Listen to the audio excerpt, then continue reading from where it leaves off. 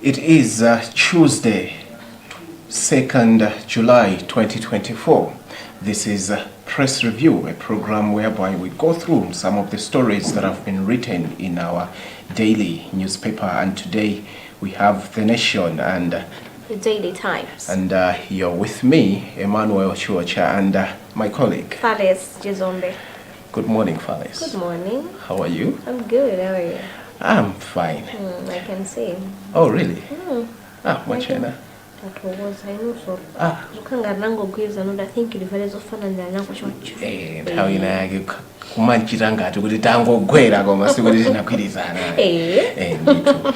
Kaya uko mwachoka. Hayi kunyumba ndithu kwabwino. Antose ndithu thanzi lilipo. Kaya ni kunyumba. Hayi fenso kwabwino. Ndithu ndiye. Ine ndimakhulupirira kuti tiziyamba zinthu mwamwambo, mwaulemu. Ndiye muchatichitira mucha kuti ladies first. In being a gentleman. On the front page of the Daily Times newspaper, there is a story here, and the headline reads, DPP set for convention, and partly the story leads political analysts hope that immediate past governing Democratic Progressive Party will ultimately resolve disagreements that have beset the party for some time during its elective convention slated for August 17 to 18, 2024. DPP announced the date for the convention to take place in Luntha through a statement issued yesterday by the party's spokesperson Shadrack Namalumba. The statement says the conference will serve as a platform for DPP members to come together and make crucial decisions about the party's future. Convention. I would say. Democratic Progressive Party. August. August. Tisango edzanonkhira tikusendera masiku ndithu akuta ndipo ndi nthawi imene dzipani zikhale kalekale ndiye akutiuza DPP akunena kuti ali ndi convention ya chinsonkhano chachikulu kumene anthu akapikisana ndithu maudindo osiyanasiyana and akunena kuti it's open to everyone. Amene afuna kapikisana nawo ndithu abwere poyera zimene zili zabwino. Tiyafunira zabwino zonse. Komanso I think in the last week the manager MCB also analengeza zamsonkhano wakulu. Yes. I don't know if you followed that. Yeah. Ndinaona ndithu I think it should be, if I'm not mistaken, was it a Saturday? Yeah, analengeza nawo ndithu zamsonkhano wakulu komanso ndaonanso dzulo las Chikomeni naye ezikuoneka kuti wayambanso kukonzekera ndithu las Chikomeni akunena kuti naye wayamba ndithu akuthamanga kuti apeze ndalama ndithu imene imayenera kuti ulipire ndiye akuti njira imodzi imene akuchita akugulitsa chamba ndithu akugulitsa kuti apeze ndalama akuti bungwe lawo la Rastafarian Movement anapeza ndithu license ya cannabis so he's using that license as one way of raising funds, but also he is also selling t-shirts and mutakugulako ino t-shirt yana Chikomeni mukatero ndikuti the future Malawi president. Yeah, that's interesting. Yeah, it is. It just really shows we are in a democratic country. And everyone has a freedom, to participate in the elections. Sure. Somwena mutafuna ukayimira umudzikwano UMP tithoza khanyamata kwano wa campaign director. Basi msayambe. We have a story here. It says mega farms face U10 and subheadline reads private sector takes over control. Government opts to be enabler of process. Malawi government has backtracked on initial plans to set up and manage mega farms, preferring to be an enabler, while private sector lands the enterprise.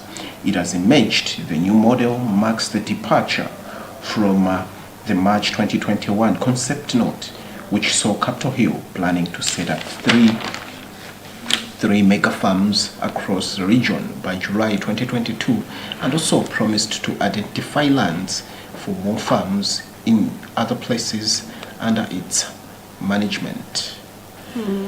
Some mega farms. Do you know? Anayambika? Okay, mega farms. Anayambika. Anayambika ndi too. And last week I had a privilege of following up what the Green Belt Initiative is many akubanga. I had a chance of talking to the CEO at Green Belt, Ameniwa Elik Chizungu, whereby yendera nditu ena mama mega farms and anapeza kuti anaendera one of the mega farms in Salima amaona kuti kodi akolola zochuluka bwanji, and it looks like pa minute ayambira as a country actually we are doing good, even though mvula inaoneka kuti inativuta, but from the harvest imene nditu akolola like the 100 acres imene analima ku Salima kumeneko, they managed to get 3,000, I think 300 something bags, and also Salima Sugar, they partnered with Salima Sugar, of which they also cultivated 100 acres land, and they managed to get, I think, something 90 metric tons of maize. So I can say zikuoneka kuti zita kugwira nditu zita kupindula, but also we shouldn't leave it to only the private sector. No, only the government. It's good also we involve the private sector. Others good atandizile, because you know zimakhala zomvetsa chisoni kuti Malawi is a blessed country with good soil, and then we have a lot of water, but in mziko kumakhala ndi njala. So let us make good use of this, the mega farms, and involving the private sector I'm in support with this. Mega farms anayamba tikuziona ndi tuzochitika, but I believe we need to put more effort in this. Yeah, sure. I think data considers are serious, and then moving on with that. Going with it according to the plan that government put as a country, the kind of mega farms are many. What determines the banka harvest zojuruga. This national mabanga export kunja, no so to kutenga so is mafolex just how would you put on the is into so ndera. And I believe the way late Bingwa Montarika started, anazagula matractor Janet, he wanted tina cottons tina zibanga fall up right? Umaza figure panova. I'm telling you, Malawi would have been somewhere. Tinagasi ntandituka nkubeka tuka Malawi. Ngori budget dibanda ndo mego overiti. Osawukitsitsa. I think with government, government inasaiga malowa imafunika zodi gwese zake. But amakhala proper transition okay, and that way amabanga is asila apa. Let's continue from there. Yes, like there are so many projects. I mean, anayamba ntawina yake. But mwina Dogulansa we just stand dog. If that amana bwera kuti anapitiriza from where Bingu Mutalika left. Zinangakaza ntuzabwino. Sibo zitukuvurika kumagula zintu, shipping them in the country. If what na dog yatu. Komano ina nabwira nango sisiya zimezija. There are a lot of projects you go kangobeza foundation ngeke zabina bage. And you ask, you be like, amala watu ankafuna kaleshi patala komano zinasiga minankamanga zimezi mwina atangoshoka mboma. So I think as a country komaso aboma government yaseka mabwera kaze kadi proper transition ukuthi anza tuwasira apa we should start from there ndo kumapitiriza ndo zintu zienda bwino. Tisakale ndi mtima onena kuti poti izizi adayamba ngati DPP kapena nga UDF ndeti kapitiriza tachukitsa no actually this is one country. We are supposed to love our country. So kuyamba zinthu anzathu alekeza pakuti ifeti yambire pamenepo kupita chitsoko. Yes. What do you have? On the second page of the Daily Times newspaper, there is a story, and the headline reads Chakwera, others mourn Lucius. Partly, the story reads President Lucius Chakwera and First Lady Monica have described Lucius Banda as an icon whose political activism through music captured our hopes and dreams, especially during the fight for democracy. In their condolence message, the first couple said Lucius Banda shaped the nation, giving voice to the voiceless and challenging injustices. Lucius' legacy as a champion of the oppressed and a beacon of hope will forever inspire. His contributions to our culture and governance, including his service as a member of parliament, will be cherished and remembered. That's what the statement from the State House actually said. Yes, Zosakara Bueno, as 21 days of mourning the Vice President and the two.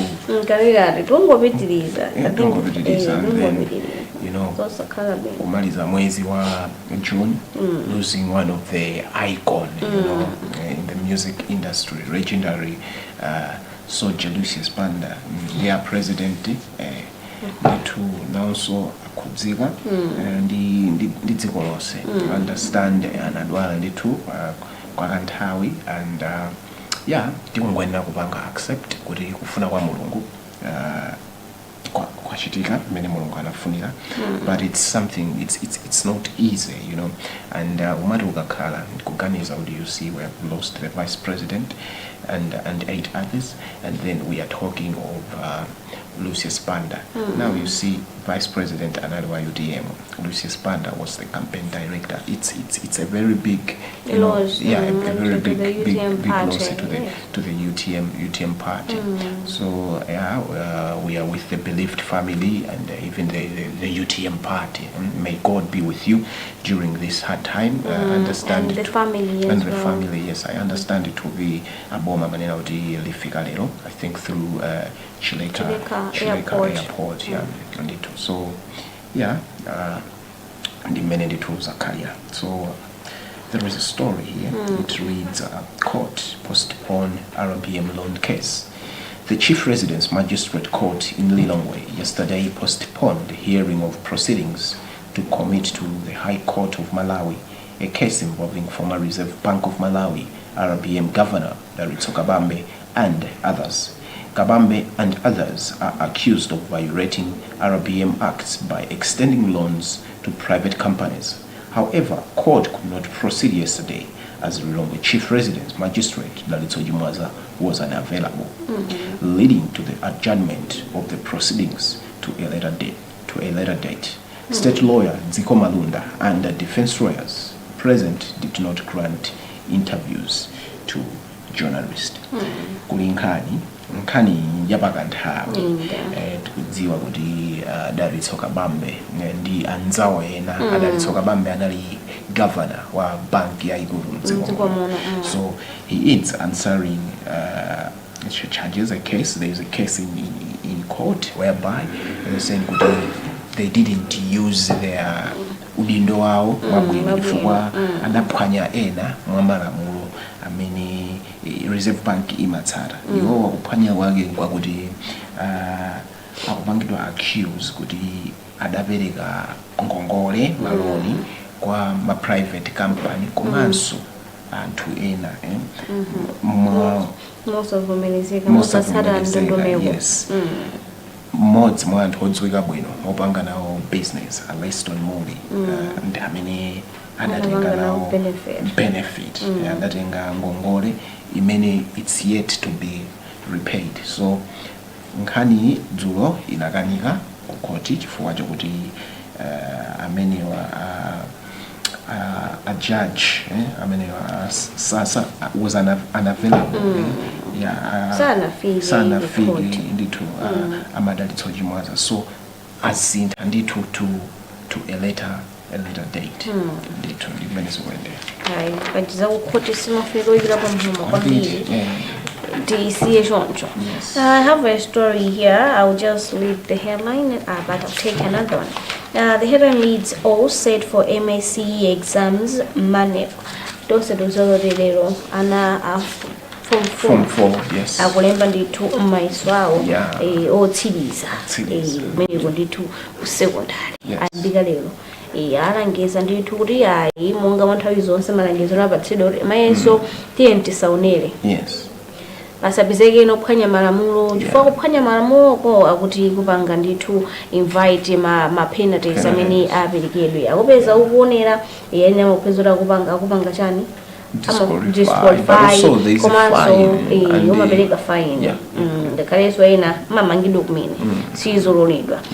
There is another story on the 4th page of the Jerry Times. The headline reads, Demo organizers not backing down. Partly, the story leads July 10 nationwide demonstrations. Organizers who call themselves concerned citizens of Malawi have insisted that preparations for the protest are going despite calls by education stakeholders to postpone them.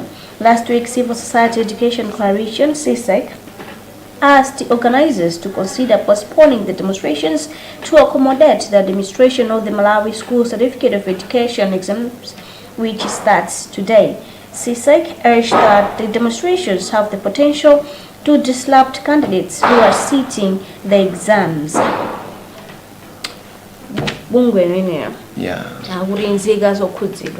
Consent citizens. They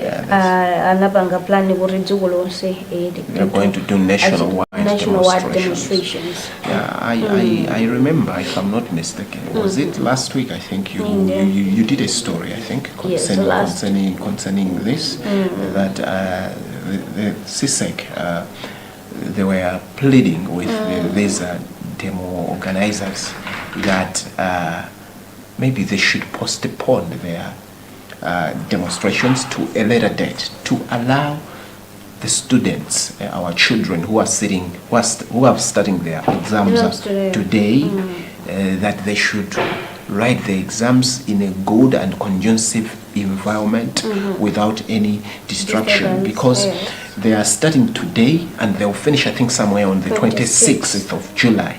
Now, these people, they are planning demonstrations, and we're calling them, we are saying that it's a nationwide, and we have exams going on. These exams are very important. So CSEC was pleading with these demo organizers, saying that they should postpone to a later date, so that because these children, they have been preparing for these exams for a long period of time. Their future. It's their future. Why not shifting the exams, the demos to a later date? But it looks like the demonstration organizers, they are saying they are not backing down. They are not backing down. They are proceeding as planned. I believe, contact and dialogue, it's good. Today it's the 2nd of July. We are talking of they are planning to do their demos on 10th July. On 10th July. Now we are only remaining with 8 days to the demos. I'm pleading with the government, but also the demo organizers, that they should sit down and discuss, because at the end of the day, what comes with the demonstrations, we might say peaceful demonstrations, but you don't know what happens. There are some people who join the demos who have their own bad intentions. Malicious intentions. So it is what CSEC was saying, and I agree with them. It's better that they sit down and solve these differences. Okay, we know concerned citizens, we might have issues. We all are concerned. We are all concerned, but they say they're going on the roads, they're demonstrating against high cost of living. We all are going through the same thing. Purported inefficiency at the National Registration Bureau. This is when Dominic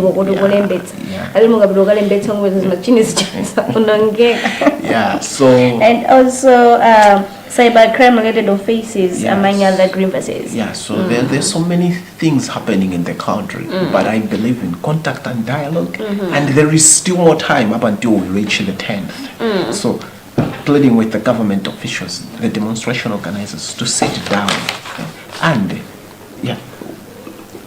look at these issues properly, because at the end of the day, we are saying we are concerned citizens, but also we should be concerned with the future of our children. They are writing exams, important ones. They're the future leaders of tomorrow. We don't want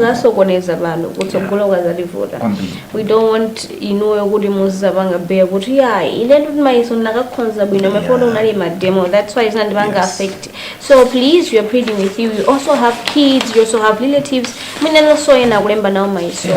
So my constant citizens, please, just move them a bit.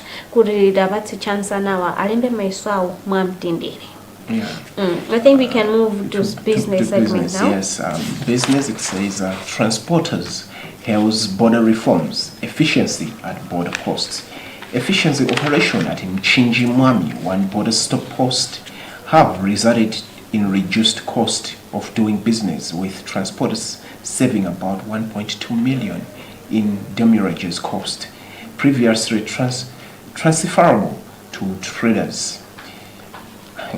Cost refers to the cost of a merchant pay to use containers within the terminal beyond the allocated free time, and in Malawi, transporters charged $50, about 87,550 per day, according to Transporters Association of Malawi. Speaking in an interview, the association spokesperson Lucius Banda said before the OCBPP was opened in 2022, trucks were waiting for up to 2 weeks at the border, thereby incurring up to 1,225,700 kwacha.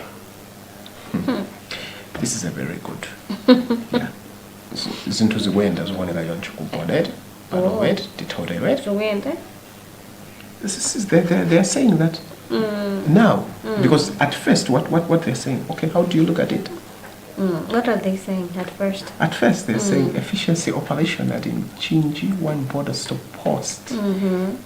The cost of doing business with. Yeah. This is something. This is weird. You find your zinto zugulo at it. Yeah, but you look now per day what they're using. Roman Yambeli. Yeah. Yambeli. Combia. Right? Yeah, you know what? I think. Oh no, this is something. Yeah. Hey, Makudziga. The minutes of Kali. How do you look at it? Musakudziga Wambia. Musakudziga Wambia. I say, can't really do better. My border this is weird. You find put minutes into Sinazagans for the Zijige, Komalomes Ujira, Semenes when you would into Zijigiri. Yeah. Actually, I think I've been to the border. I think only one time. Yeah. Zinaenda bwana. Balewanga. To be serious with you, that time I was going to Zambia. For you to just to clear your goods.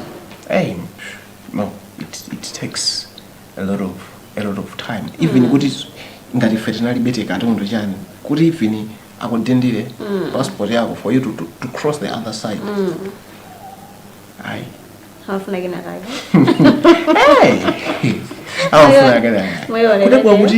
You have everything. Even opening all the documents you have them.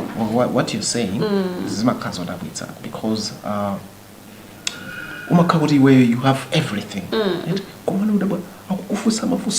Produce chili chose and then back and win for Commander, what do you really want? Because I have done. So I think it's something. Let us love our nation, but let us do also our work professionally. Yes, professionalism. I think is made a lot of people in Malawi, they lack professionalism. That's why they find good they're letting things to enter into the country. The paper, letting things away munchene. This okay, you know what? I believe the in the country. I'm telling you, if in Malawi Revenue Authority, but you find out and they also, I'm a thousand song. You see? This a current political one mushobo. You can buy GG. No. Yeah. Let's love our country. Yeah. Okay, I also have a business story here. Blame game over low Nandolo exports. Partly, the story leads a blame game has ensured between Ministry of Trade officials and private sector players over Malawi's failure to meet the Indian export quota for pigeon peas since the agreement was entered in 2021. The government signed the 6-year agreement to export 50,000 metric tons of pigeon peas annually to India. How would you blame game? Anasana lugeza lazibisa Nandolo ku India kumano chisanira lugeza no 2021 sana bezo zokuti izatheka content imene agrizana kuti azitumiza ku India ya timakanika kubanga produce imene 50,000 metric tons imene izikuvuta ndalumero ndithu kwamba aboma zameka farm zakumenya zisangaomenya chimeka farm jana dolo. Okay, I'll go straight to arts and culture. Palinkana about the artist Mon Lucius Banda. Ndiyasindi werenga koma nkhani pali oyimba amene apanga ko benefit with soldier Lucius Banda. Apanga express their messages. Kulira wao, there is Lulu, there is Dan Lufani, there is Mulaka Mario, there is Wende Halawa, and Bile Gaunda. These are the products of Zembani Music Company, you know. And for Dan Lulu, for Mulaka Mario, for Wende Halawa, for Billy Gaunda, Lulu, Lucius Banda played a certain role in their lives. Yes. There is a story here. Soldier to be laid to rest on Wednesday. I won't take it. I will read it through. And another one reads Jisanu's remains alive today. Is so over Matani's eulogy for soldier. 922 Aviliga. Madani wao kukuza nao jibebe somene kwa soldier urifemene yakuza nditu antu ambire. Yeah, hawi sidi mbali atu kumabe ku mabero kweni ku back page of the Nation. There is a story. It reads Gaba to discuss future with manager. I still have a contract. Gabadinho Mhango nditu ndi club yake imene amasewera mdziko la South Africa akunena kuti agambirana nditu achita zokambirana ndi manager wa the team imene. Yeah, you were with me in today's program, Emmanuel Chuacha and my colleague Vales Chizombe. Thank you so much that you were there watching today's program of Press Review. Remember, we just took you through some of the stories appearing in our daily publications. That is the Daily Times and the Nation newspaper. You can get your own copies at 2,000 each. Thank you for watching. Have a lovely morning.